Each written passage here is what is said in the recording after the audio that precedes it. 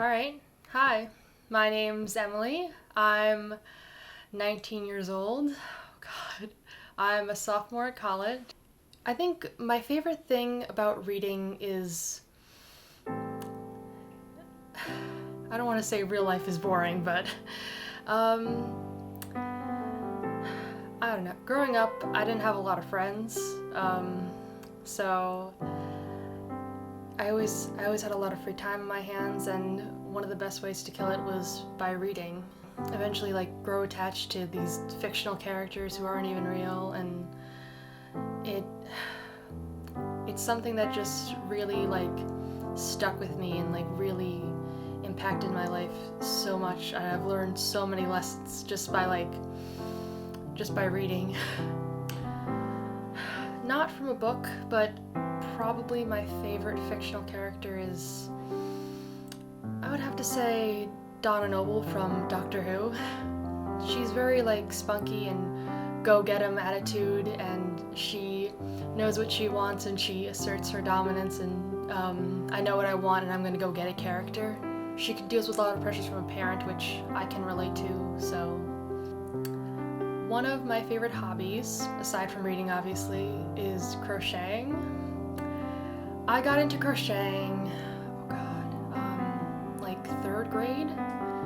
I think it's just that I think my favorite thing about crocheting would be that it's so mindless. You can just put on some music, or you can put on a TV show, or you can even be talking with your friend and I'll just be there sitting crocheting mindlessly. And so this is one of the first big projects I've ever done. This is a shawl.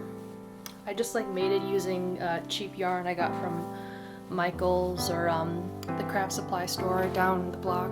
I think one of my biggest flaws is that I am a bit of a perfectionist.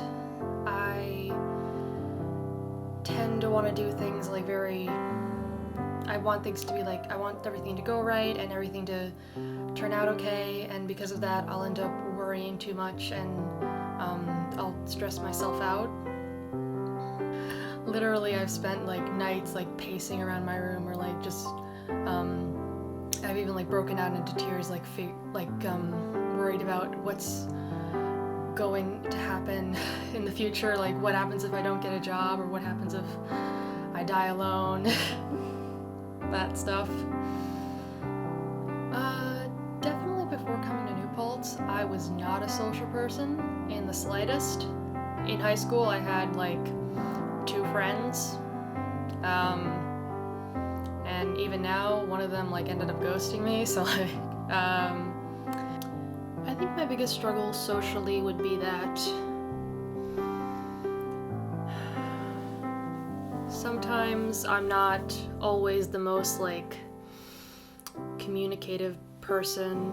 Sometimes I'll be I have one of my, probably I would say one of my other worst flaws is that I can be passive aggressive, even if I don't intend to be.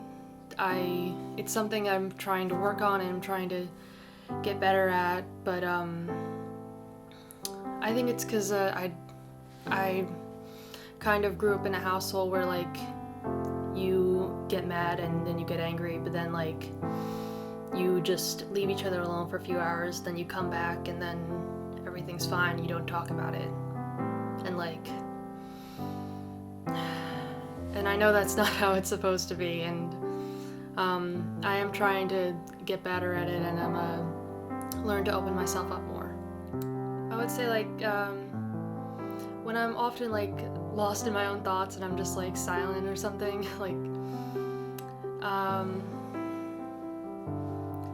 usually I remember actually when I was a kid, I used to do that all the time. My mom used to scold me for it, Emily, everyone's gonna think you're weird. You're just staring at the lunch table just with your furrowed brow. Everyone's gonna think you're mad or a bully or something. But I really can't help it because I don't know. I'm honestly I've got a million things running through my mind. It's if you asked me if I was a confident person 3 or 4 years ago, I absolutely would have said no. But I think since getting older and growing up, I've gained confidence little by little. I'm certainly not like, brash and bold, fight over flight kind of person, but like, I am beginning to break that silence. I am beginning to maybe get a little louder, raise my voice a little bit when it's necessary.